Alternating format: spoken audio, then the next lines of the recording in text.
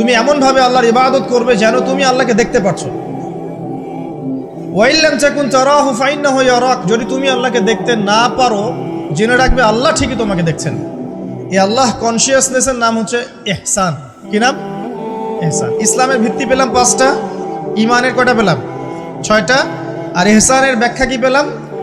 আল্লাহ consciousness, মানে আল্লাহকে হাজির নাজির জেনে ইবাদত করা। কেউ যদি আল্লাহকে হাজির নাজির জেনে ইবাদত করে সে কিন্তু পাপ করতে পারবে না, তার নামাজে মনোযোগ কিন্তু ডানে বামে যাবে না ইনশাআল্লাহ। তো তিনি বললেন সত্য বলেছেন আপনি। এবার চতুর্থ প্রশ্ন করছেন তিনি যে আখবিরনি আনিস সাআ, আমাকে কিয়ামত সম্পর্কে বলুন, কিয়ামত কবে হবে? তখন নবী সাল্লাল্লাহু আলাইহি ওয়াসাল্লাম বলছেন মাল মাসউলু আনহা বিআ'লামা মিনাস সাইল, এ বিষয়ে প্রশ্নকারীর চেয়ে উত্তরদাতার জ্ঞান বেশি নয়। এই বিষয়ে প্রশ্নকারীর চাইতে উত্তরদাতার জ্ঞান বেশি নয়, মানে কেউই জানে না কিয়ামত এক্স্যাক্টলি কবে হবে। তখন প্রশ্নকারী থেমে যাচ্ছেন না, প্রশ্নকারী আবার প্রশ্ন করছেন, 5 নম্বর প্রশ্ন যে ফাখবিরনি আন আমারাতিহা, তাহলে আমাকে কিছু আলামত বলেন কিয়ামতে কিছু আলামত বলেন। নবী সাল্লাল্লাহু আলাইহি ওয়াসাল্লাম অনেক আলামত বলতে পারতেন কিন্তু, এবং তিনি বলেছেনও, সারা জীবনে তিনি অসংখ্য আলামত বলেছেন। এবং আলামতগুলোকে 2 ভাগে ভাগ করা যায়, এগুলো বড় এবং কিছুগুলো হচ্ছে ছোট। যদিও বা সবগুলোই আলামত, তবে এটা হচ্ছে ফিকহের বিষয়, উসুলের বিষয়ের মধ্যে আমরা নিয়ে আসতে পারি যে বড় ছোট ভাগ করা যাচ্ছে, আলেম ওলামারা ভাগ করছেন। যাই হোক, 10টা বড় বড় আলামতের কথা বলা হয়েছে। এই 10টা না আসা পর্যন্ত কিয়ামত হবে না। মসিহুদ দাজ্জালের আগমন, নবী ঈসা ইবনে মারইয়ামের আগমন, ইয়াজুজ আর মাজুজ, দাব্বাতুল আরদ, জমিন থেকে প্রাণী বের হবে, ইয়েমেনের আগুন, 3টা বড় বড় ভূমিকম্প, পশ্চিম দিক থেকে সূর্যোদয়, এরকম 10টা আলামত বলা হয়েছে। এগুলো না হওয়া পর্যন্ত কিয়ামত হবে না। এগুলো এখনো হয়নি, এগুলোর কোনোটাই এখনো আসেনি। এগুলো বাদ দিয়ে যেগুলো আলামত সুগরা আমরা বলছি, ছোট ছোট, এগুলোর ম্যাক্সিমাম প্রায় 99% আমরা এখন দেখতে পারি। তবে দেখার জন্য চোখ লাগবে, আর চোখ বলতে শুধু বাইরের চোখকে বোঝাচ্ছি না, হৃদয়ের কলবে কি লাগবে? চোখ লাগবে। আমি আপনার কলবের চোখ দিয়ে আপনাকে শহরটাকে জানাচ্ছি। আপনার এই হাদিসে নবী সাল্লাল্লাহু আলাইহি ওয়াসাল্লাম অনেকগুলো আলামত না বলে মাত্র 2টো আলামত বলেছেন। কয়টা? মাত্র 2টো। আমি বলছি জীবনের শেষের দিকের হাদিস, শেষ সময় তো আমরা বেশি নসিহত করতে যাবো, তাই না? মনে করেন আপনার পিতা মৃত্যুশয্যায়, আল্লাহ না করুন, এখন তিনি আপনাকে ওসিয়ত করছেন যে বাবা এইটা করবা, এইটা করবা না, মায়ের যত্ন নিও, বোনদের যত্ন নিও, ইত্যাদি ইত্যাদি। তখন তার ওসিয়তগুলোকে আপনি কত গুরুত্বের সাথে গ্রহণ করবেন, এবং সেই সময় যত ইম্পর্টেন্ট কথা থাকবে সেগুলোই তো মানুষ বলবে, তাই নয় কি? সবচেয়ে ইম্পর্টেন্ট কথাগুলোই মানুষ বলবে। তো নবী সাল্লাল্লাহু আলাইহি ওয়াসাল্লাম এদিকে এসে মাত্র 2টো সাইনের কথা বলছেন। তার মধ্যে একটা হচ্ছে, ভালো করে শোনেন, তার মধ্যে একটা হচ্ছে আনতালিদাল আমাতু রাব্বাতুহা, যখন তুমি দেখবে, প্রশ্নকারীকে বলছে, যখন তুমি দেখবে যে দাসী তার মনিবকে জন্ম দিচ্ছে, দাসী তার মনিবকে জন্ম দিচ্ছে, মানে দাসী কিভাবে মনিবকে জন্ম দিতে পারে? দাসী কি মনিবকে জন্ম দিতে পারে? উত্তর, এখানে 3টা ব্যাখ্যা হতে পারে। কয়টা ব্যাখ্যা? 3টা। এছাড়াও আরো ব্যাখ্যা হতে পারে, হয়তো আল্লাহ পাক সেটা আমাদের জেহেনে হয়তো এখনো দেন নাই, হয়তো এমন কেউ আসবে পরবর্তী জেনারেশন, তারা হয়তো আরো ব্যাখ্যা করতে পারবে। তবে 3টা ব্যাখ্যা এখন পাওয়া যায়। 1 নাম্বার, দাসী তার মনিবকে জন্ম দিবে অর্থ হচ্ছে পিতা মাতার সাথে দাস দাসীর মতো আচরণ করা হবে। এবং এটাও কিন্তু কিয়ামতের আগের একটা বড় নিদর্শন যে পিতা মাতার সাথে দাস দাসীর মতো আচরণ করা হবে, এবং যেটা এখন হচ্ছে। আমরা দেখছি পিতা মাতার অধিকার তারা পাচ্ছে না, সন্তানদের হাতে নির্যাতনের শিকার হচ্ছে, বৃদ্ধাশ্রমে থাকতে হচ্ছে। সারা জীবন যে সন্তানকে বড় করলো, আজকে সেই সন্তান তার ওই যে কাফনের টাকা পর্যন্ত দিতে যাচ্ছে না, মারা গেছে লাশটা পর্যন্ত নিতে আসে না, এমন হচ্ছে না? এবং বস্তুবাদী শহরগুলোতে তো এটা বেশি, আর আমাদের শহরটা বস্তুবাদী না। তো আমাদের শহরে মানুষ বস্তুবাদী না? মানুষ বস্তুবাদী, কেউ অন্যের দিকে তাকানোর সময় নাই। এটা বোঝার জন্য আপনাকে ফ্লাইওভারে উঠতে হবে। ফ্লাইওভারে উঠে দাঁড়িয়ে থাকেন, দেখেন মানুষ ছুটছে নিজের চরকায় তেল দেওয়ার জন্য, কারো দিকে তাকানোর সময় নাই। এই সকাল থেকে শুরু হয়, রাত একদম 3টা 4টা পর্যন্ত এটা চলছে, সারাদিন 24/7। উদ্দেশ্য কি? দুনিয়া। অল্প কিছু মানুষের বাইরে আছে যাদের উদ্দেশ্য আখেরাত, বেশিরভাগের উদ্দেশ্য কি? দুনিয়া। বাড়ি, গাড়ি, টাকা, জমি জমা, স্ট্যাটাস, দ্যাটস অল। মানে মানুষের এই কনসেপ্টটাকে বলা হয় ম্যাটেরিয়ালিজম। কি বলে? মেটেরিয়ালিজম মানে বস্তুবাদিতা। কি বলে, কথা বলেন, বস্তুবাদিতা। এই বস্তুবাদী সভ্যতা কারা ছিল? ওই যে পশ্চিমারা, ইউরোপিয়ান সিভিলাইজেশন, এরা সবাইকে বস্তুবাদিতা শিখিয়েছে। মুমিনের চিন্তা থাকে পরকাল কেন্দ্রিক, যে কাজে পরকালের স্বার্থ আছে আমি সেই কাজ করব, যেই কাজে পরকালের স্বার্থ নয় আমি করব না, এটা মুমিনের চিন্তা। আর কাফের মুশরিক বেদিন ফাসেক মুনাফিকদের চিন্তা হচ্ছে যেখানে দুনিয়ার স্বার্থ ওখানে থাকবো, দুনিয়ার স্বার্থ নাই থাকবো না। এই যে দুনিয়ার স্বার্থে মানুষের সারাটা জীবন ক্ষয় করে দেয়া, এর নাম বস্তুবাদিতা, মেটেরিয়ালিজম বলে এটাকে।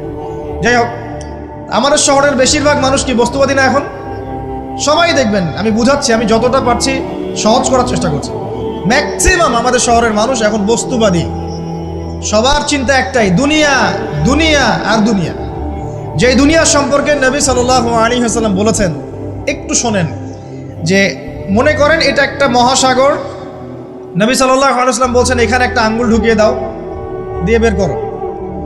এই আঙ্গুলে যতটুকু পানি আছে এটা দুনিয়া, আর এই পুরো মহাসাগরে যত পানি আছে এটা পরকাল। একদিন সাহাবীদেরকে নিয়ে নবী যাচ্ছেন সাল্লাল্লাহু আলাইহি ওয়াসাল্লাম, একটা মৃত গাধা বা বকরির বাচ্চা পড়ে আছে, মৃত গাধা বকরির বাচ্চা। সাহাবীদেরকে বলছেন, হে আমার সাহাবীরা, তোমরা কি এই বকরির বাচ্চাটাকে 1 দিরহামের বিনিময়ে কিনতে চাও? কিসের বিনিময়ে? 1 দিরহাম। দিরহাম কি জিনিস সেটা পরে বোঝাবো এখন ইনশাআল্লাহ, ওইগুলো এখন বুঝবেন না।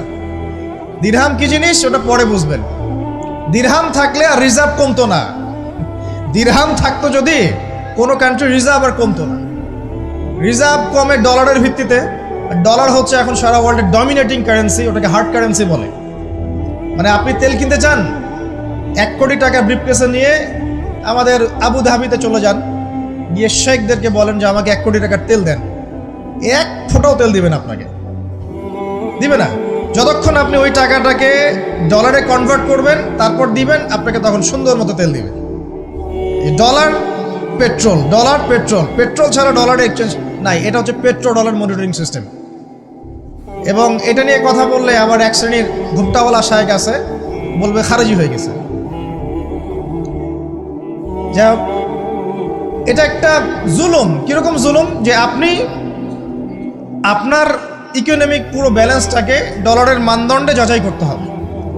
আপনি যতই সমৃদ্ধশালী হন না কেন, আপনি ওই হার্ড কারেন্সিকে টেক্কা দিতে পারবেন না।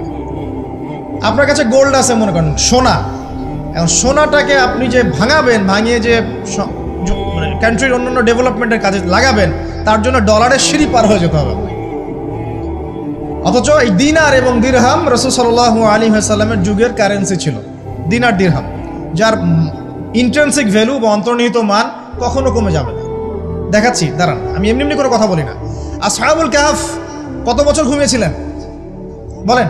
309 বছর। 309 বছর। পকেটের মধ্যে কিছু কয়েন ছিল, সোনার আর রূপার কয়েন। এই এলাকা ছেড়ে চলে গেছে, গুহার মধ্যে ঘুমিয়েছে, রাত কাটাবে, আল্লাহ পাক ঘুম পাড়িয়ে রেখেছেন 309 বছর। 309 বছর ঘুম থেকে ওঠার পর তারা বলছে, কেম লাবিস্তুম, তোমরা কতদিন ঘুমিয়েছো? একজন বলছে লাবিস না ইয়াওমান আও বা'দা ইয়াওম, একদিন ঘুমিয়েছি বা একদিনের কিছু অংশ ঘুমিয়েছি। ঠিক আছে, ঘুম থেকে উঠেছে, এখন ক্ষুধার্ত আমরা, যাও এই মুদ্রাগুলো নিয়ে বাজারে যাও, বাজারে গিয়ে দেখো ফালইয়ানজুর আইয়ুহা আসকা তুআমা, খেয়াল করে দেখো কোন খাবারটা উত্তম পবিত্র, ওটা নিয়ে আসো। তো 309 বছর একটা মুদ্রা নিয়ে ঘুমানোর পরেও মুদ্রার মান কমে যায়নি। ওই টাকা দিয়ে ঠিকই রুটি কেনা গেছে। এখন আপনি আপনার কারেন্সিগুলো নিয়ে 309 বছর ঘুমানো লাগবে না, আপনি 10 বছর ঘুমান। 10 লাখ টাকা নিয়ে 10 বছর ঘুমান। 10 লাখ টাকার মান যদি 9 লাখ টাকায় না নেমে আনছে, তাহলে আমি নাম বদলাই ফেলাবো। এখন 1 লাখ, দাঁড়ান, ঠিক বলেন না, দাঁড়ান, বোঝেন আগে। এখন এই যে 1 লাখ টাকার মানটা হারালেন আপনি, 1 লাখ টাকার মানটা আপনি হারিয়ে ফেললেন, তো ওই 1 লাখ টাকা আর্ন করার জন্য আপনাকে শ্রম দিতে হয়নি? আপনার মাথার ঘাম পায়ে ফেলতে হয়েছে না? তাহলে আপনার শ্রমটা গেল কোথায়? তাহলে কেউ আপনার শ্রমটা লুটে পুটে খেয়ে ফেলল। যেহেতু আপনার কারেন্সির মানটা ডলার বেসড, এই কারণে ওই মনিটরিং সিস্টেম যারা চালায় ওরা আপনার এভাবে করে শ্রমটাকে সিজ করে ফেলেন।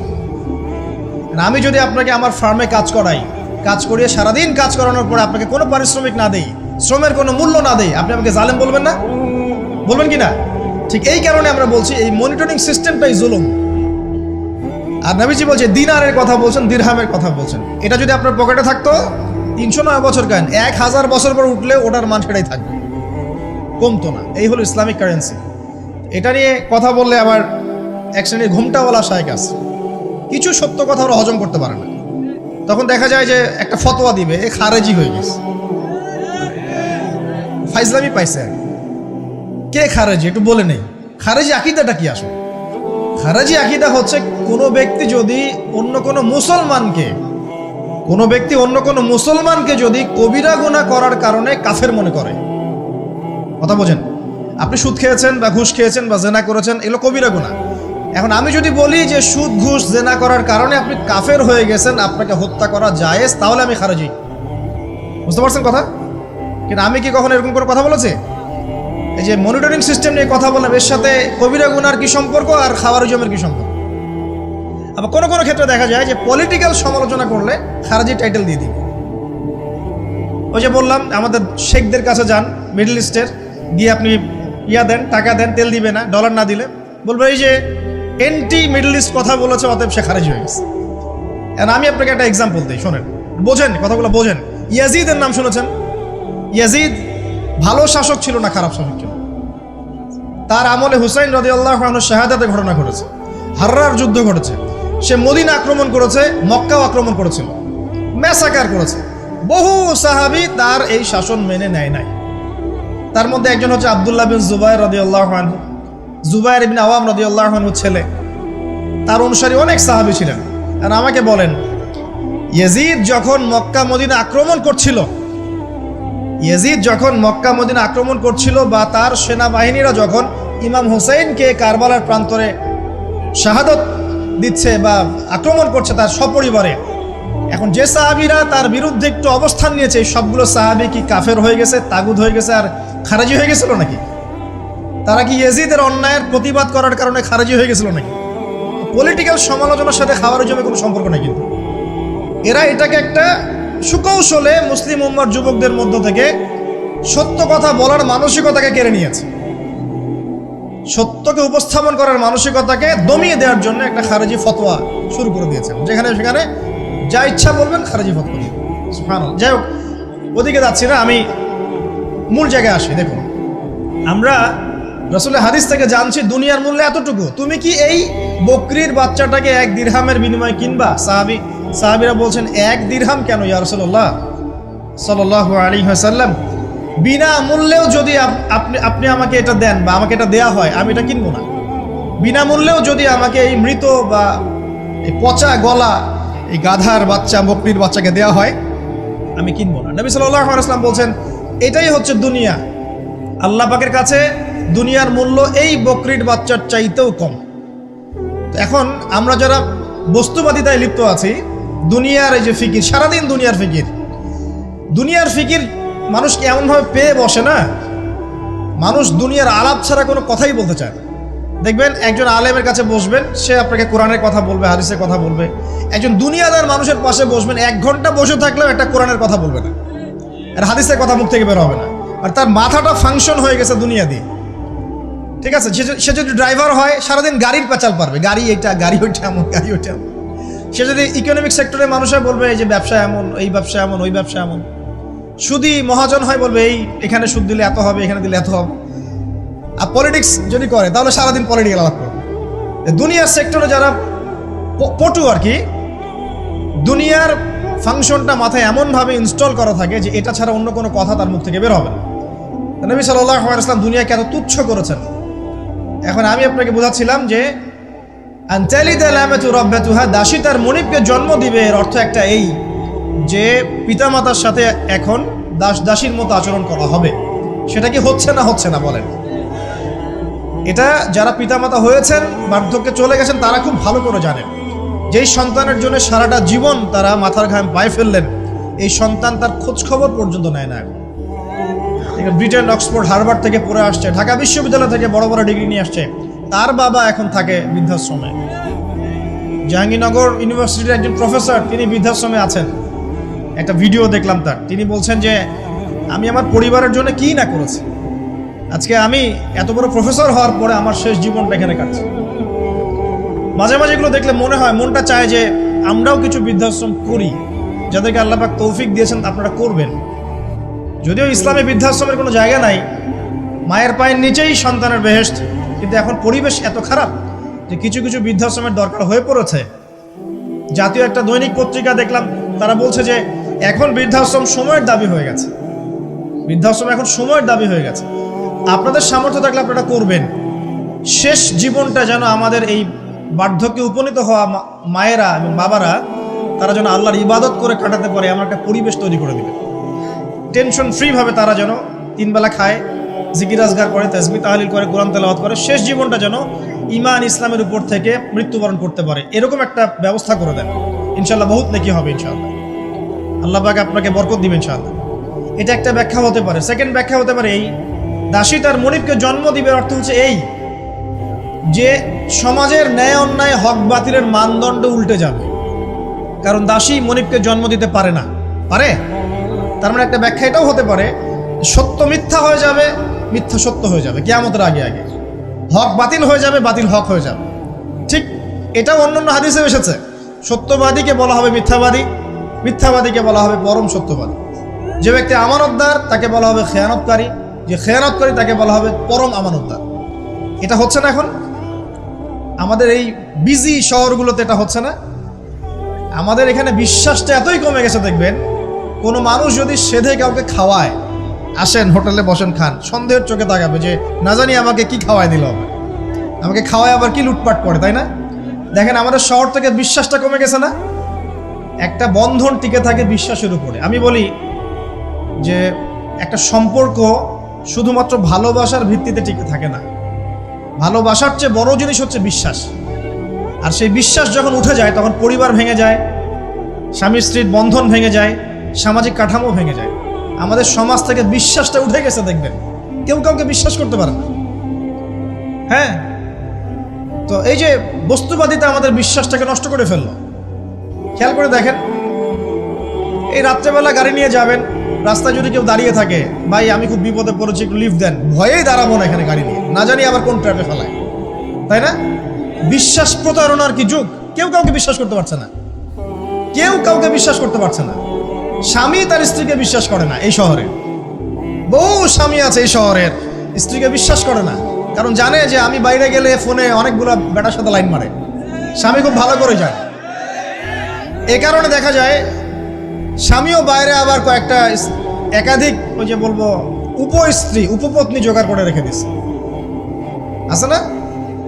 মেয়ে স্ত্রী বাসায়, স্বামী যখন চলে যায় স্ত্রী অন্যের সাথে পরকীয়া করে, আবার স্বামী বাইরে গিয়ে স্ত্রীকে বাদ দিয়ে অন্য মেয়ের সাথে পরকীয়া করে। এই জিনিসটাই শহরে বেশি না কম বলেন? লজ্জা করেন না, সত্যি কথা বলেন, এটা বেশি না কম? বেশি, দিন দিন বাড়ছে।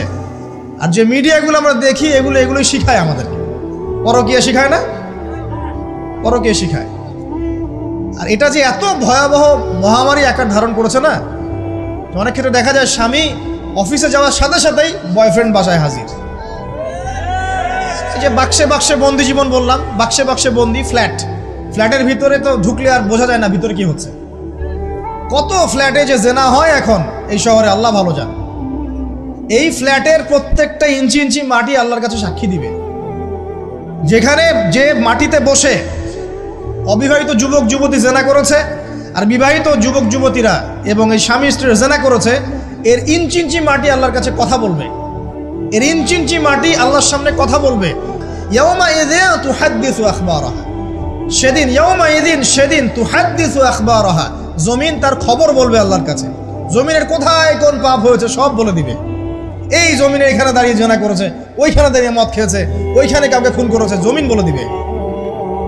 একটা কথা এখানে মাঝখানে বলে দেই, যারা অবিবাহিত যুবক যুবতী আছো, এই লেকচার তোমরা যারা শুনছো, তোমাদের মধ্যে কেউ যদি জেনা করে থাকো, অবিবাহিতর কথা বলছি, তোমাদের কাঁধের মধ্যে এখন 100 বেত্রাঘাতের শাস্তি ঝুলে আছে। সূরা নূরের 1 থেকে 3 নম্বর আয়াত পড়ে দেখবে, অবিবাহিত যুবক যুবতী যদি জেনা করে তাদের শাস্তি হচ্ছে 100 বেত্রাঘাত, তাও জনসমক্ষে, এবং এক বছরের জন্য নির্বাসন। এই বিধানগুলো যদি পৃথিবীর কোনো দেশেও না থাকে, আসমানে আছে। মরার সাথে সাথেই এই বিধান কার্যকর হবে ইনশাআল্লাহ। বাঁচার বুদ্ধি কি? একটাই উপায় আছে। এই লেকচার কানে চলে গেছে, অনতিবিলম্বে ওযু করবে, ওযু করে খালেসভাবে রাতের শেষ রাতে জায়নামাজ বিছাবে, জায়নামাজ বিছিয়ে আল্লাহর সামনে দাঁড়িয়ে 2 রাকাত নামাজ পড়বে, পড়ে নিজের পাপের কথা স্মরণ করে চোখ দিয়ে দরদর করে পানি ফেলে দিবে, আল্লাহকে সেজদায় গিয়ে বলবে, আল্লাহ আমি জেনা করেছি, আমাকে মাফ করে দাও, আমার এই পাপের কথা কেউ জানে না, তুমি জানো, মাফ করে দাও। এই মাফ নেওয়ার পরে আবার ওই যার সাথে করেছেন ওর সাথে আবার লিঙ্ক আপ করার চেষ্টা করেন না। আসো আমরা জেনা করেছিলাম, আসো বিয়ে করে নেই, এটা সলিউশন না। জেনা করেছেন, আগে তওবা করে ফিরে আসতে হবে, তারপরে পুরো জীবন ইসলামিক লাইফ লিড করতে হবে। আল্লাহ যদি দেখেন যে হ্যাঁ আপনি ঠিকঠাক তওবা করে আল্লাহর পথে চলছেন, আল্লাহ তখন আপনাকে নেককার স্ত্রী দিবে ইনশাআল্লাহ। এই এই এই একমাত্র রাস্তা যুবকদের জন্য এবং যুবতীদের জন্যও। যুবকরা না হলে পার পেয়ে যেতে পারে, কারণ একটা কথা সমাজে প্রচলিত আছে না, যে ছেলে মানুষের ইজ্জত তো সহজে যায় না, গোপন হয়ে গেছে, কেউ জানে না, আল্লাহ মাফ করে দিয়েছেন, সে হয়তো পার পেয়ে গেল। কিন্তু এই যে মেয়ে, তুমি যে 8-10টা ছেলের সাথে জেনা করেছো, তোমার ইজ্জতের কি হবে? তোমার যে সতীত্ব তুমি নষ্ট করেছো, তুমি তো বিয়ের পর কোনো ঘরে গেলে সে হাজবেন্ডও বুঝতে পারবে তুমি আর সতী সাধী নও, তখন তোমার কি হবে? আল্লাহর কাছে ক্ষমা চান, ইস্তেগফার করেন। জেনার ফলশ্রুতিতে সমাজে মহামারী নেমে আসে। জেনা, পরকীয়া, অশ্লীলতার কারণে সমাজে এমন সব রোগ ব্যাধির উদ্ভব হয় যেগুলো কখনো ছিল না।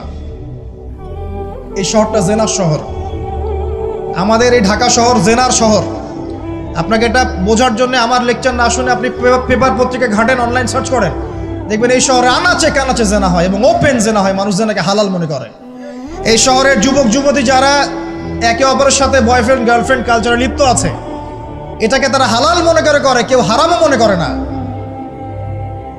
কত বড় সাহস দেখায়! আর রাস্তা দিয়ে আমরা হেঁটে গেলেও বয়ফ্রেন্ড গার্লফ্রেন্ড এসে আমাদেরকে সালাম দেয়, হুজুর আমাদের জন্য একটু দোয়া করেন।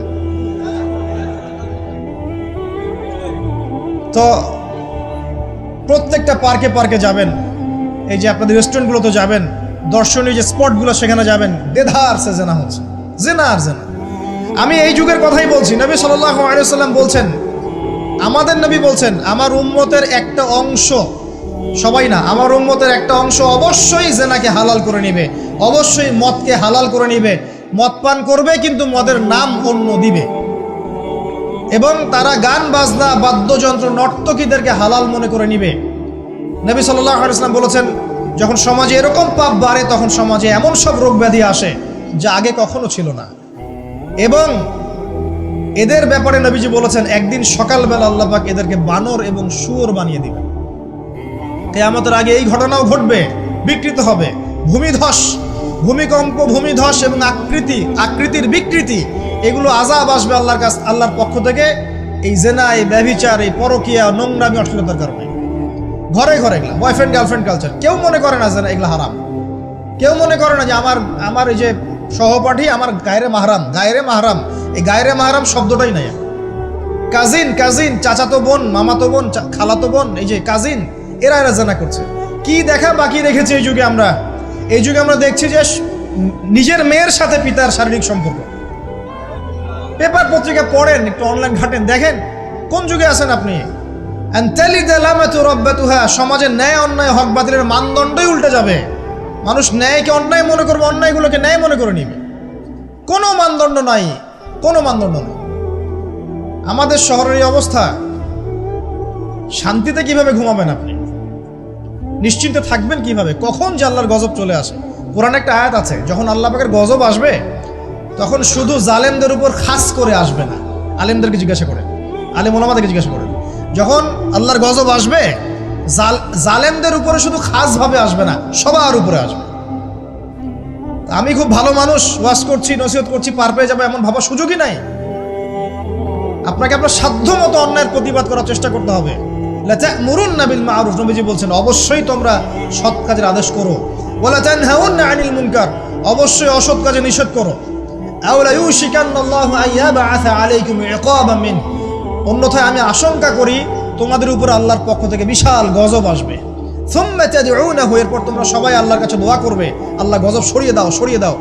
লা ইউস্তাজাবু দুআকুম, তোমাদের দোয়া কবুল করা হবে না। নবী সাল্লাল্লাহু আলাইহি ওয়াসাল্লাম বলেন, মান রাআ মিনকুম মুনকারান, তোমাদের মধ্যে যে কেউ হুএভার হি ইজ, যে কেউ যদি কোনো মুনকার, নোংরা গর্হিত কোনো কাজ দেখে, তাহলে যেন ফাল ইউগাইয়ির বিয়াদিহি, তার সামর্থ্য থাকলে হাত দিয়ে যেন ঠেকায়। সামর্থ্য থাকলে হাত দিয়ে যেন ঠেকায়। যাদেরকে আল্লাহ পাক হাত দিয়ে ঠেকানোর ক্ষমতা দিয়েছেন তাদেরকে আল্লাহ পাক জিজ্ঞাসাবাদ করবেন, কেন ঠেকালে না তুমি? জেনার লাইসেন্স দিলে কেন? মদের লাইসেন্স দিচ্ছ কেন? ঠেকালে না কেন? তুমি অন্যায় কাজকে ঠেকালে না কেন? যদি তুমি না পারো, ওয়াইল্লাম ইয়াস্তাতি, যদি সে না পারে, তাহলে ফালইউগাইয়ির বিলিসানি, তাহলে যেন মুখ দিয়ে সেটা প্রতিবাদ করে। এই যে মুখ দিয়ে প্রতিবাদ করার ক্ষমতা আলেম ওলামার আছে, যাদের হাতের ক্ষমতা নেই, মুখের ক্ষমতা আছে। সেটাও যদি না পারো, ওয়াইল্লাম ইয়াস্তাতি, সেটাতেও যদি সে সক্ষম না হয়, ফাবিকলবিহি, তাহলে যেন অন্তর দিয়ে ঘৃণাটা পর্যন্ত করে। ওয়াবিযালিকা আদআফুল ঈমান, এটা হচ্ছে ঈমানের সবচেয়ে নিকৃষ্ট একটা অবস্থা, সর্বনিম্ন অবস্থা। এর নিচে ঈমানের কোনো অবস্থাই নাই। তার মানে অন্যায় দেখে আমাদের যাদের মনে কোনো ফিলিংসই কাজ করছে না, তার মানে আমাদের ঈমান নাই আসলে। সহজ কথা, ঈমানের সেই তেজ নাই আমাদের মধ্যে। আসুন, একটা ব্যাখ্যা এটাও হতে পারে সমাজে ন্যায় অন্যায় হক বাতিলের মানদণ্ড উল্টে যাবে। একটা জায়গায় যাচ্ছি, তার আগে একটা কথা বলতে ভুলে গিয়েছিলাম। এখন বিবাহিত যারা আছে, এই যে দেবর আর ভাবি, এই যে শালি আর দুলা ভাই, মধুর সম্পর্ক না এগুলো? দাঁড়াও, এগুলো মধুর সম্পর্ক। দেখা যায় সুবহানাল্লাহ, এই যে আমার এখানে ফোন আছে না, আমাদের অফিসিয়াল পেজ আছে, অফিসিয়াল পেজে যত প্রশ্ন আসে দেখি ম্যাক্সিমাম জেনা কেন্দ্রিক, ব্যভিচার কেন্দ্রিক, পরকীয়া কেন্দ্রিক। একজন প্রশ্ন করেছে যে দুলা ভাইয়ের চরিত্র এত খারাপ ছিল, আর ওই মেয়ের বয়স তখন কম ছিল, 13 বছর বয়স। 13 বছর বয়সের মেয়ের দিকে সে চোখ দিয়েছে। যাকে বিয়ে করেছে তার সাথে তো সম্পর্ক আছেই, যাকে বিয়ে করেছে ওর সাথে তো সম্পর্ক আছেই। তারপরে আপনার শালির সাথে সম্পর্ক।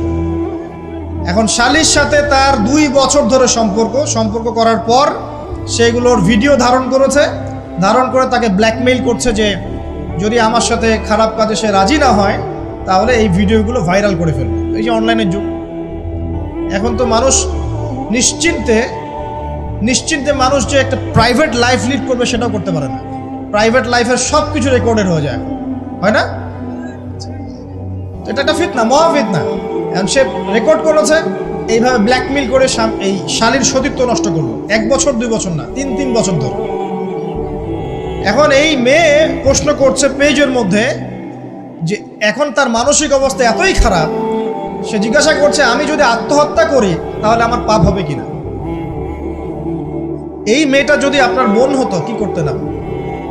আল্লাহ না করুক এই মেয়ে যদি কারো মেয়ে হতো তাহলে কি করতেন আপনি? আপনার কাছের কেউ হলে আপনি কি করতেন? এখানে ওই শাস্তিটা না বলে সামনে যেতে পারছি না। শোনেন, যারা বিবাহিত ব্যক্তি হওয়ার পরেও পরকীয়া করেছেন, বিবাহ করার পরেও পরকীয়ার পাপে লিপ্ত ছিলেন বা এখনো আছেন, জেনে হোক না জেনে হোক করেছেন, অথবা এটা জেনে করেছেন যেটা একটা খারাপ কাজ তারপরেও করেছেন, রাসূলুল্লাহ সাল্লাল্লাহু আলাইহি ওয়াসাল্লামের হাদিস এবং আল্লাহ পাকের কালাম অনুযায়ী তাদের শাস্তি হচ্ছে কোমর পর্যন্ত মাটিতে পুঁতে ফেলে পাথর নিক্ষেপ করে রজম করে হত্যা করা। ইসলামিক যদি কোনো রাষ্ট্র থাকতো বা এটা যদি হতো, বা এটা যদি ইমামুল মাহদির যুগ হতো বা ওমর রাদিয়াল্লাহু আনহুর যুগ হতো, তাহলে এই শাস্তির বাইরে আপনি চলতে পারতেন না যদি এটা প্রমাণ হতো। এই শাস্তি যদি দুনিয়াতে কার্যকর নাও হয়, আপনি যদি তওবা না করে মারা যান তাহলে কিয়ামতের মাঠে এই শাস্তি আপনি ভোগ করবেন। খুব মজা লাগছে পরকীয়া করতে। সকালে একটার সাথে, দুপুরে একটার সাথে, আজকে একজনের সাথে রাত কাটান, কালকে আরেকজনের সাথে রাত কাটান, খুব মজা পাচ্ছেন। রাত্রেবেলা মদ খান আর হোটেলে রাত কাটান, সকালবেলা আবার অফিসে যান। আমাদের শহরের এগুলা কালচার কোত্থেকে আসলো? এই শহরকে পবিত্র করবে কে এবং এই শহরের আসল রূপগুলো স্পষ্ট করবে কারা? খুব মজা পাচ্ছেন এগুলোতে। সুবহানাল্লাহ। একটা বিষয় বুঝাই, ইসলামে কেসাস আছে, কেসাস। মনে করেন আমাকে কেউ হত্যা করেছে, আপনি তাকে হত্যা করতে পারবেন। মনে করেন আপনি কাউকে হত্যা করেছেন, ঠিক আমাদের লজের মধ্যে কেউ যদি কাউকে হত্যা করে তাকে ফাঁসি দেওয়া হয় না? এরকমই কেউ যদি কাউকে হত্যা করে, ইসলামের বিধান কেসাস করা, মানে হাতের বদলে হাত, চোখের বদলে চোখ, কানের বদলে কান, নাকের বদলে নাক, জানের বদলে জান, যদি প্রমাণ হয়। কিন্তু এখানেও হত্যাকারীর বাঁচার সুযোগ আছে। কিরকম? মনে করেন আপনি আমার পরিবারের কাউকে হত্যা করেছেন, আল্লাহ না করুন। এখন আপনি এসে আমাকে ক্ষমা চাচ্ছেন যে আমার ভুল হয়ে গেছে, আমি রক্তপণ দিব, আমাকে মাফ করে দেন। এখন আমাদের পরিবারকে আপনাকে বললো ঠিক আছে আপনাকে মাফ করে দিলাম, আপনার কেসাস করার দরকার নেই, আপনি রক্তপণ দিয়ে দেন, তাহলে আপনি বেঁচে থাকার সুযোগ পেলেন। কথা বুঝতে পারছেন? একটা হচ্ছে মুরতাদ। মনে করেন কেউ ইসলামের কিছু বিষয়কে অস্বীকার করেছে, তাকে জেলখানায় বন্দি করে রাখা হবে, সুযোগ দেওয়া হবে যে আপনি কি এগুলো জেনে শুনে বলেছেন নাকি এর উপর অটল থাকবেন না ফিরে আসবেন। সে যদি বলে না আমি তওবা করলাম, আমি এগুলো থেকে ফিরে আসলাম, ও বেঁচে থাকার অধিকার পেয়ে গেল। কিন্তু বিবাহিত ব্যক্তি যারা ব্যভিচার করেছে, বিবাহিত ছেলে বা মেয়ে ব্যভিচার করেছে, তওবা করে যদি ফিরেও আসে, রজমের শাস্তি থেকে বাঁচার কোনো সুযোগ নেই। বুঝতে পারছি না? একজন মহিলার কথা বলি তারা বুঝতে পারবো। এটা একজন মহিলা সাহাবীর ক্ষেত্রেও হয়েছে, একজন পুরুষ সাহাবীর ক্ষেত্রেও হয়েছে। আচ্ছা, পুরুষ সাহাবীর কথা বাদ দিয়ে মহিলা সাহাবীর কথাটা বলি। মহিলা সাহাবী এসেছেন, এসে নবীজিকে বলছেন, ইয়া রাসূলুল্লাহ তাহিরনি, আমাকে পবিত্র করুন, আমি একটা অন্যায় করেছি, আমি বিশাল একটা অন্যায় করেছি। নবী সাল্লাল্লাহু আলাইহি ওয়াসাল্লাম বলছে, কি করেছো তুমি? তখন সে বলছে, আমি জিনা করেছি। নবী সাল্লাল্লাহু আলাইহি ওয়াসাল্লাম বলছেন, বাসায় যাও, বাসায় গিয়ে আল্লাহর কাছে তওবা করো, আল্লাহ পাক মাফ করে দিবেন। নবীজি এটাকে হাইড করতে চাচ্ছেন, কারণ কি, যখন আপনি কেস আদালতে নিয়ে যাবেন তখন তো উপায় নাই, আপনাকে তো বিচার করতেই হবে। তুমি বাসায় ফিরে যাও, তওবা করো, আল্লাহ মাফ করে দিবেন। সে মহিলা নাছোড়বান্দা, না আমার বিচার করে দেন, আমার বিচার করে দেন, পরকালে আমি শাস্তি পেতে চাই না, দুনিয়াতে আমার বিচার করে দেন। নবী সাল্লাল্লাহু আলাইহি ওয়াসাল্লাম বলছে, তুমি কি গর্ভবতী হয়েছো? হ্যাঁ, জেনার কারণে আমি গর্ভবতী হয়ে গেছি। এরকম হচ্ছে না এখন? আর যে অ্যাবর্শন করছে না, ওই যে ক্লিনিকে গিয়ে, এটাও ট্রেন্ড হয়ে গেছে, হইল, সমস্যা কোথায়? কি এমন হয়েছে? আমার কি কেরিয়ার নষ্ট হয়ে গেছে? ফ্যামিনিস্ট নোংরামে কোথাকার। তারপরে এই মেয়ে বলছে, হ্যাঁ আমি গর্ভবতী হয়েছি ইয়া রাসূলুল্লাহ। নবী সাল্লাল্লাহু আলাইহি ওয়াসাল্লাম বলছেন, বাসায় ফিরে যাও, সন্তান যখন খালাস হবে তারপরে এসো বিচার করে দেব। 9 থেকে 10 মাস সে এই সন্তানকে গর্ভে ধরলো।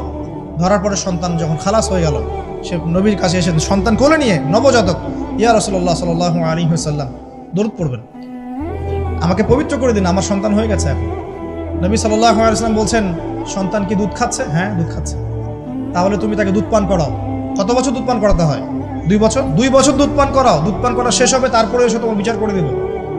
এবার 2 বছর দুধ পান করানোর পর এই মহিলা এসেছে, সন্তানের হাতে একটা রুটি। নবীজিকে বলছেন, ইয়া রাসূলুল্লাহ সাল্লাল্লাহু আলাইহি ওয়াসাল্লাম, আমার সন্তান এখন রুটি খেতে পারে, আমার সন্তান এখন রুটি খেতে পারে, আমার বিচার করে দিন। তখন নবী সাল্লাল্লাহু আলাইহি ওয়াসাল্লাম বলছেন, সাহাবীরা, তোমাদের মধ্যে কেউ কি আছো এই সন্তানের দায়িত্ব নিবে? একজন আনসার সাহাবী বলছেন, আমি দায়িত্ব নিব। তখন এই আনসার সাহাবীর কোলে নবী সাল্লাল্লাহু আলাইহি ওয়াসাল্লাম এই বাচ্চাকে তুলে দিলেন। তুলে দেওয়ার পর খালিদ বিন ওয়ালিদ রাদিয়াল্লাহু আনহু অন্যান্য সাহাবীদেরকে বললেন, যাও এই মহিলাকে নিয়ে যাও, কোমর পর্যন্ত গেড়ে দিয়ে রজম করে হত্যা করো। এবার এই মহিলাকে নিয়ে যাওয়া হচ্ছে, একটা কথা বানিয়ে বলছি না, এই আপনার আলেম ওলামা যারা আছেন জিজ্ঞাসা করবেন কওমি মাদ্রাসা। এই মহিলাকে নিয়ে যাওয়া হচ্ছে, মহিলাকে পাথর নিক্ষেপ করা হচ্ছে। পাথর নিক্ষেপ করার মধ্যে খালিদ বিন ওয়ালিদ রাদিয়াল্লাহু আনহুর পাথরও ছিল। খালিদ বিন ওয়ালিদ রাদিয়াল্লাহু আনহু নাম শুনেছেন না? বীর সাহাবী, তিনি পাথর নিক্ষেপ করেছেন একটা। এই পাথরের আঘাতে ওই মহিলার কোন একটা জায়গায় লেগেছে, গায়ের লেগে রক্ত বের হয়ে গেছে, রক্তের ছিটাটা তার গায়ের এই যে কাপড় এসে পড়েছে। কাপড় এসে পড়ার সাথে সাথে খালিদ বিন ওয়ালিদ রাদিয়াল্লাহু আনহু বলছেন, ছি ছি ছি ছি ছি, আমার গায়ের মধ্যে এরকম নোংরা ব্যভিচারী মহিলার একটা রক্ত পড়লো কিভাবে? এরকম একটা তাচ্ছিল্যের কথা বলেছেন। তখন নবী সাল্লাল্লাহু আলাইহি ওয়াসাল্লাম বলছেন, হে খালিদ তুমি থামো, হে খালিদ তুমি চুপ করো। তুমি জানো এই মহিলা এই 2 বছরে 3 বছরে এত তওবা করেছে আল্লাহর কাছে, এই সমস্ত তওবা যদি মদিনাবাসীর মধ্যে বন্টন করে দেওয়া হয় তবুও কম হয়ে যাবে। আর আমি এখন দেখছি এই মহিলা জান্নাতে সাঁতার কাটছে। আমি বুঝাতে পারছি না আপনাকে প্রিয় বোন, প্রিয় ভাই, যারা বিবাহিত হয়ে ব্যভিচার করছেন, জিনা করছেন, তিনি তওবা করেছিলেন, তওবা করেছেন, আল্লাহ পাক মাফও করে দিয়েছেন, জান্নাতে চলে গেছেন, কিন্তু পৃথিবীতে তার শাস্তি কায়েম করা হয়েছে। বিবাহিত ব্যক্তি ব্যভিচার করে ফেললে তার পৃথিবীতে বেঁচে থাকার অধিকার সে হারিয়ে ফেলে। আর এই পাপটাকে আমাদের সমাজে এত সহজ বানিয়ে দেওয়া হয়েছে, যে যার সাথে ইচ্ছা পরকীয়া করতে পারে। মেয়েও করছে, ভাবিও করছে, শালিও করে, দুলাভাইও করে, সবাই আমরা পরকীয়া করতে যাচ্ছি। পরকীয়ার সয়লাভ বন্ধ করতে হবে, পরিবারে পর্দা কায়েম করতে হবে, অপসংস্কৃতি ঠেকিয়ে দেন, এগুলা চ্যানেলগুলো বন্ধ করে ফেলেন বাসা থেকে। ইসলামিক সমাজ কায়েম না করতে পারলে আমাদের মা বোনরা সব নষ্ট হয়ে যাবে দিন দিন। আর পরিবারের ইজ্জত যখন চলে যায়, কোনো কিছুর বিনিময়টাকে ফিরে পাওয়া যাবে না। কেন পরকীয়া করতে গিয়েছেন? আল্লাহ, আপনার যদি এতই চাহিদা থাকে আরেকটা বিয়ে করেন না কেন? বিয়ে করতে সাহস কোলায় না নাকি? বিয়ে করলে যে স্ত্রীকে নিয়ে সূর্যের আলোতে ঘুরতে হয়, ওই জন্য ইঁদুরের মতো রাতের বেলা অন্ধকারে আপনি থাকতে চান, সিংহের মতো সকালবেলা সূর্যালোকে স্নান করতে পারেন না। কথা বুঝতে পারেন না? বিয়ে করলে স্ত্রীকে নিয়ে পুরুষের মতো, সুপুরুষের মতো সূর্যের আলোকে আপনি হাঁটবেন রাস্তায়, কাউকে ভয় করবেন? আপনার মতো কোনো ভয় কাজ করবে না। আর এখন আপনি ইঁদুরের মতো রাতের অন্ধকারে রাত কাটান অন্য মেয়ের ঘরে গিয়ে। এই শহরের এই মহামারীগুলো বন্ধ করতে হবে। আমি এই শহরের একজন শুভাকাঙ্ক্ষী বাসিন্দা, আমি এখানকার। আমি আমার চোখ দিয়ে যা দেখছি এটা দেখার পর চুপ থাকতে পারি না। আমরা সব জায়গায় জানা দেখছি, আর মাদক দ্রব্য দেখছি, আর পরকীয়া দেখছি। পর্নোগ্রাফির তো শেষ নাই, প্রত্যেকের ফোনে ফোনে পর্নোগ্রাফি, এভরিবডি। দেখবেন অনেক সময় মাদ্রাসার শিক্ষকের দ্বারা ছাত্র বালাৎকার হচ্ছে, হয়নি? সম্ভব কিভাবে? কারণ ওই শিক্ষক পর্নোগ্রাফিতে আসক্ত ছিল। আপনি চেক করে দেখেন, পর্নোগ্রাফিতে আসক্ত হওয়ার ফলে সে হিতাহিত জ্ঞান হারিয়ে ফেলেছে। সে বাচ্চা, ছেলে বাচ্চা না মেয়ে বাচ্চা, কিছু দেখার সময় নেই। ওই প্রবৃত্তির জানোয়ারের যে স্বভাবটা সে আর দমন করতে পারছে না।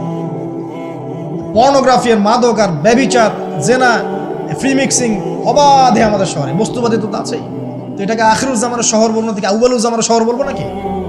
শুধু এই শহরের সমস্যা এটা নয়, প্রত্যেক বড় বড় শহরেই সমস্যা। ইভেন এগুলো এখন গ্রামে পর্যন্ত চলে গেছে। এগুলো গ্রামেও চলে গেছে, গ্রামে আরো বেশি আছে। দেখবেন শহরের ছেলেরা তো জিন্স আর টি শার্ট পরা মেয়েদেরকে দেখে অভ্যস্ত না, এরা না একটু কন্ট্রোল করতে পারে। আর যখন একটা গ্রামের ছেলে পর্নোগ্রাফি দেখবে, সে তো আর নিজেকে কন্ট্রোল করতে পারে না। বুঝতে পারছেন না? আমাদের শপিং মলগুলোতে গেলে আমরা দেখি টি শার্ট আর গেঞ্জি পরা মেয়ে ঘুরছে, তাই না? এটা দেখতে দেখতে অভ্যস্ত আমরা, এই জন্য আমরা কন্ট্রোল করতে পারি কিছুটা হলেও, তাই না ছেলেরা? কিন্তু গ্রামের ছেলে মেয়ে যারা, তারা কিন্তু পর্ন দেখলে আর কন্ট্রোল করতে পারে না। দেখুন গ্রামে ধর্ষণ দিন দিন বাড়ছে, day by day, day by day. এই সমস্যাগুলো বড় বড় প্রত্যেক বিগ সিটিজ এন্ড টাউনে এই সমস্যা, একই সমস্যা। এগুলো ছড়ালো কারা? ওই পশ্চিমাদের থেকে এই সমস্ত বিশ্বে এগুলো ছড়িয়ে গেছে। এরা এমন একটা সভ্যতা যারা প্রত্যেকটা পাপকে গ্লোবালাইজেশন করে দিয়েছে। সুদ খেয়েছে, সারা বিশ্বে ছড়িয়ে দিয়েছে। মদ খেয়েছে, সারা বিশ্বে ছড়িয়ে দিয়েছে। জেনা করেছে, সারা বিশ্বে ছড়িয়ে দিয়েছে। ফ্যামিলিস্ট রেভলিউশন সারা বিশ্বে ছড়িয়ে দিয়েছে। ব্যাংকিং, সুদভিত্তিক ব্যাংকিং সিস্টেম সারা বিশ্বে ছড়িয়ে দিয়েছে। প্রত্যেকটা সমস্যা দেখবেন ওখান থেকে সারা বিশ্বে ছড়িয়ে গেছে।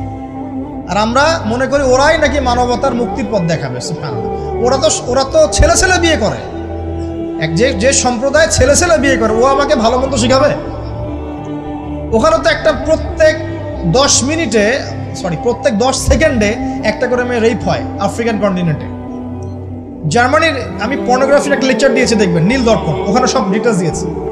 জার্মানি, ব্রিটেন বলেন, আমেরিকা বলেন, এই প্রত্যেকটা কান্ট্রির মধ্যে প্রত্যেক মিনিটেই একটা করে মেয়ে ধর্ষণের শিকার হচ্ছে। ওরা আমাকে শিখাবে নারীর স্বাধীনতা, অধিকার?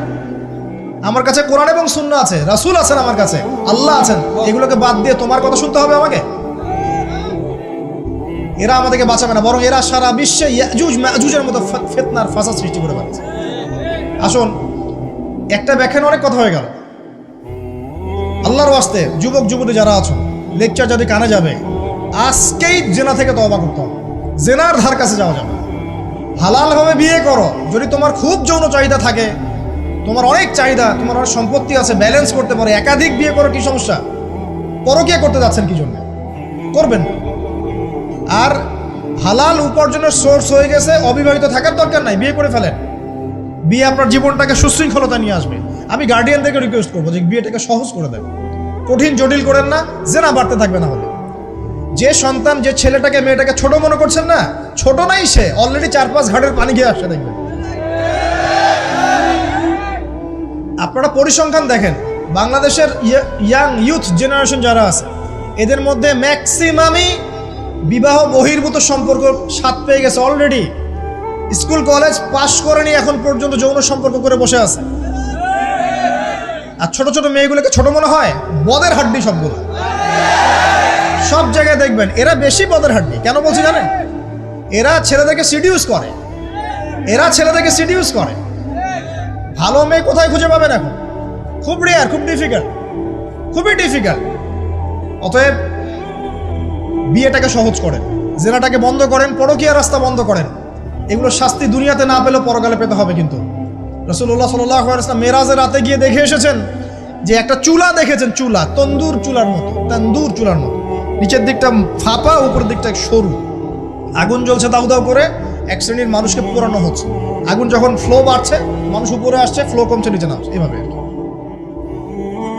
রাসূলুল্লাহ সাল্লাল্লাহু আলাইহি ওয়াসাল্লাম জিজ্ঞাসা করলেন, ইয়া জিবরিল, এরা কারা? জিবরাইল আলাইহিস সালাম বলছে, এরা আপনার উম্মতের সেই সব ব্যক্তি যারা জেনার পাপে লিপ্ত ছিল, এবং তাদের এই আযাব থেকে এত দুর্গন্ধ বের হচ্ছে কল্পনা করতে পারবেন না। আরেক শ্রেণীর লোককে দেখেছেন সামনে এই যে ভালো গোশত, পাশে খারাপ পচা গোশত, বসে বসে পচা গোশত খাচ্ছে, ভালো গোশত খাচ্ছে না, শাস্তি হচ্ছে কবরে, বারজাখের জগতে। নবী জিজ্ঞাসা করছেন এরা কারা? জিবরাইল আলাইহিস সালাম বলছে এরা হচ্ছে আপনার মতো সেই সব ব্যক্তি যাদের ঘরে পবিত্র স্বামী ছিল, পবিত্র স্ত্রী ছিল, তাদের সাথে সন্তুষ্ট না থেকে তারা পরকিয়া করেছে। আল্লাহ পাক আমাদের শহরটাকে হেফাজত করবেন। এখানে একটাই সলিউশন, ইসলামিক অনুশাসন, আদারওয়াইজ অন্য কোনো সলিউশন নাই। কতক্ষণ ভালো থাকবেন আপনি? চতুর্দিক থেকে আপনাকে জেনায় উদ্যুক্ত করা হচ্ছে। আপনি অনলাইনে ঢোকেন, এই যে ফোনটা নেন, ফেসবুকে ঢোকেন, ইউটিউবে ঢোকেন, খালি জেনা আর জেনা। মানে দেখা জেনাটাকে এমনভাবে দেখানো হয় যে কি যে মজার একটা বিষয়, কি যে মজা একটা, অথচ জানেন জেনার মধ্যে যার্রা পরিমাণ কোনো সুখ নাই। আপনি হালালভাবে বিয়ে করেন, আপনি যে সুখটা পাবেন আপনি শত শত জেনা করলে সে সুখ পাবেন। এটাকে দেখানো হয়, এই যে পর্নোগ্রাফি যা দেখায় সবই ভুয়ার বানোয়ার, এটা টোটালি বানোয়ার জিনিস। শুটিং আছে না, শুটিং, ওই যে নায়ক নায়িকা নাচানাচি করে, শ্যুট করে না, ঠিক সেম ভাবে এটাকে শ্যুট করা হয়। এগুলো শুটিং জাস্ট, আর কিছু না। তো কেন ছড়িয়ে দেওয়া হলো? কারণ মুসলিমদের ঈমান, তাদের তাকওয়া, তাদের কলবের যে নূর, এটাকে নষ্ট করার জন্য। কারণ মুসলিম যুবকরা যদি ইসলামের আলোয় উদ্ভাসিত হয়, তাদেরকে ঠেকানো এত সহজ নয়। তাদের দ্বারা ইনশাআল্লাহ দেশ, জাতি এবং উম্মার খেদমত হবে। এই কারণে তারা সুকৌশলে এটা করেছে। আসেন, অনেক লম্বা না করে আমি ফিনিশিংয়ের দিকে টানছি এখন এদিক থেকে। দ্বিতীয় ব্যাখ্যা এটা হতে পারে যে সমাজে ন্যায় অন্যায়, হক বাতিলের মানদণ্ডই কি হবে? উল্টে যাবে। উল্টে গেছে কিনা? মানুষ এখন মিথ্যাবাদীকে সত্যবাদী মনে করে কিনা? এবং ওয়ার্ল্ডে যত বড় বড় মিথ্যা নিউজগুলো হয়, সবাই এগুলোকে সত্য মনে করে না। আর সত্য নিউজগুলোকে মানুষ মিথ্যা মনে করে। আমানতদার একটা ব্যক্তি বলে যে চরম খেয়ানতকারী ব্যক্তি বলে আমানতদার। যার চরিত্র দেখবেন সবচেয়ে খারাপ, ওকে বলছে একেবারে কি চরিত্র, মহান চরিত্র অধিকারী। আর সবচেয়ে উন্নত চরিত্র অধিকারী নবী সাল্লাল্লাহু আলাইহি ওয়াসাল্লামকে মানুষ গালি দেয়, তাই না? তো দেখেন মানদণ্ড উল্টে গেছে। আরেকটা ব্যাখ্যা বলছি এই হাদিসের শব্দটার, আনতালিদ আলামাতু রাব্বাতুহা।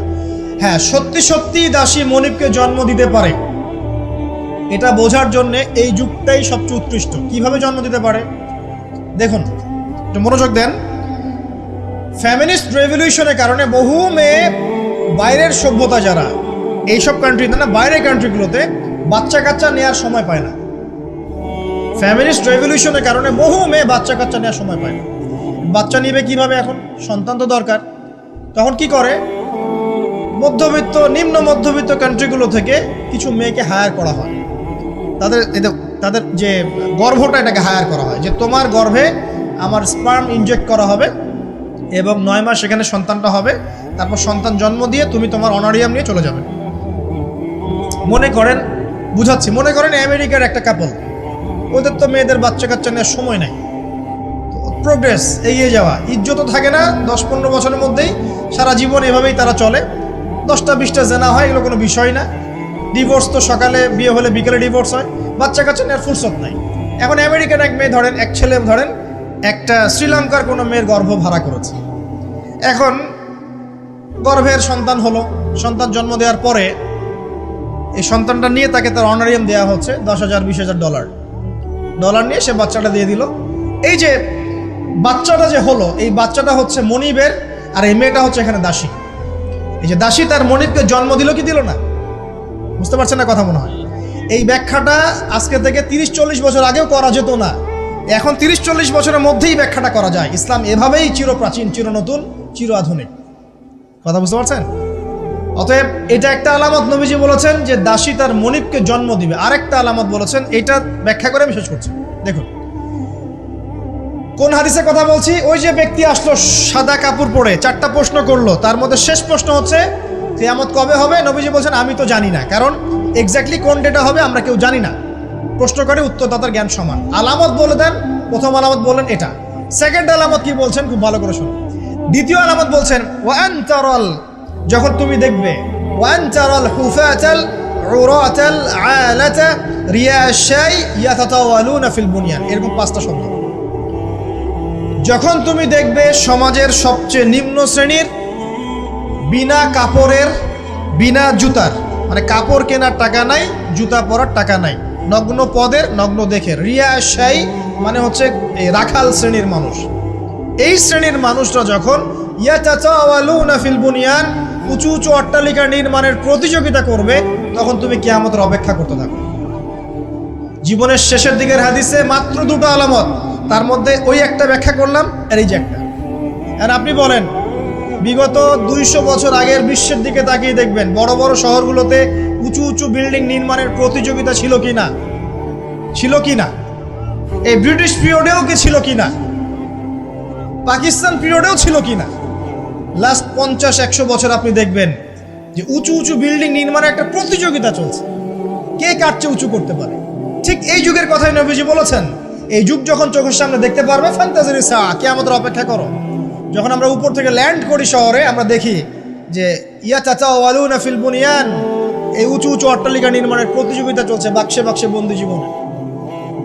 তো কিভাবে সম্ভব? প্রশ্ন এখন একটা আপনার কাছে আমার, কিভাবে সম্ভব?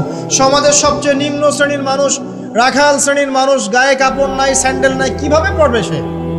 উত্তর দেন না, কিভাবে সম্ভব? উত্তর দুটো। এক, সুদের মধ্য দিয়ে সম্ভব। সুদের মধ্য দিয়ে সম্ভব সবচেয়ে দরিদ্র মানুষের বিল্ডিং নির্মাণের প্রতিযোগিতা সম্ভব। সেকেন্ডটা হচ্ছে অন্যের সম্পদ আত্মসাৎ এবং করাপশন, এর মধ্য দিয়ে সম্ভব এটা করা।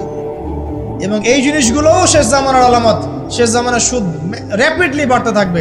একটা ব্যক্তি খুঁজে পাওয়া যাবে না মনে হয় যার গায়ে সুদের ছিটাফোঁটা গিয়ে লাগবে না। এই যে আমি বসে আছি, মনে করছেন আমি সুদ খাই না, বা আপনি খাচ্ছেন না? আপনি না খেলেও, প্রত্যক্ষভাবে না খেলেও পরোক্ষভাবে ঠিকই খাচ্ছেন। না খেলেও আপনার গায়ে সুদের ছিটাফোঁটা গিয়ে লাগছেই। এমন কোনো কান্ট্রি পৃথিবীতে নাই যেটা টোটালি সুদমুক্ত হতে পারবে এখন। IMF এর আন্ডারে আর ওয়ার্ল্ড ব্যাংকের আন্ডারে কোনো কান্ট্রি পারবে না। আপনি যাই নিতে যান, চড়া সুদের লোন দিতে হবে, আর এই লোন আমাদের পকেট থেকে শোধ করতে হবে। অতএব প্রত্যক্ষভাবে না খেলেও পরোক্ষভাবে আপনি খাচ্ছেন। হয় খাচ্ছেন, না হয় দিচ্ছেন, না হলে সাক্ষী থাকছেন, না হলে লিখে রাখছেন, কিছু একটা করছেন। এটা সেই জামানা। আর কি? করাপশন, অন্যের সম্পদ আত্মসাতের এই যে একটা প্রতিযোগিতা চলছে আমাদের অন্যায়ভাবে, এর মধ্য দিয়ে সম্ভব এই নিচু শ্রেণীর মানুষের অট্টালিকা নির্মাণের প্রতিযোগিতা। প্রিয় ভাইয়েরা, রাত অনেক গভীর হয়েছে, আর দীর্ঘ লম্বা করছি না, একটু কনক্লুশনের দিকে আসি, একটু মনোযোগ দেন। দেখুন, আলামাতুস সাআ নিয়ে পড়াশোনা করুন, পাশাপাশি কোরআন হাদিস পড়বেন অবশ্যই, এর পাশাপাশি ইকোনমিক্স পড়েন, ওয়ার্ল্ড অ্যাফেয়ার্স বোঝেন, হিস্ট্রি পড়েন। এগুলোকে কম্বাইন্ড করে আপনি দেখবেন যে আপনার বাহ্যিক চোখ, অভ্যন্তরীণ চোখ খুলে যাবে ইনশাআল্লাহ। আপনি বুঝতে পারবেন যে এখনকার সময় আর 100 বছর আগের সময় সেম না। এখন বহু কিছু দেখা যাচ্ছে যেগুলো আগে দেখা যেত না। আর আমরা আমাদের শহরটাকে যদি বাঁচাতে চাই, তাহলে আমাদের এই জেনার মহামারী থেকে বের হতে হবে, মাদকের মহামারী থেকে বের হতে হবে।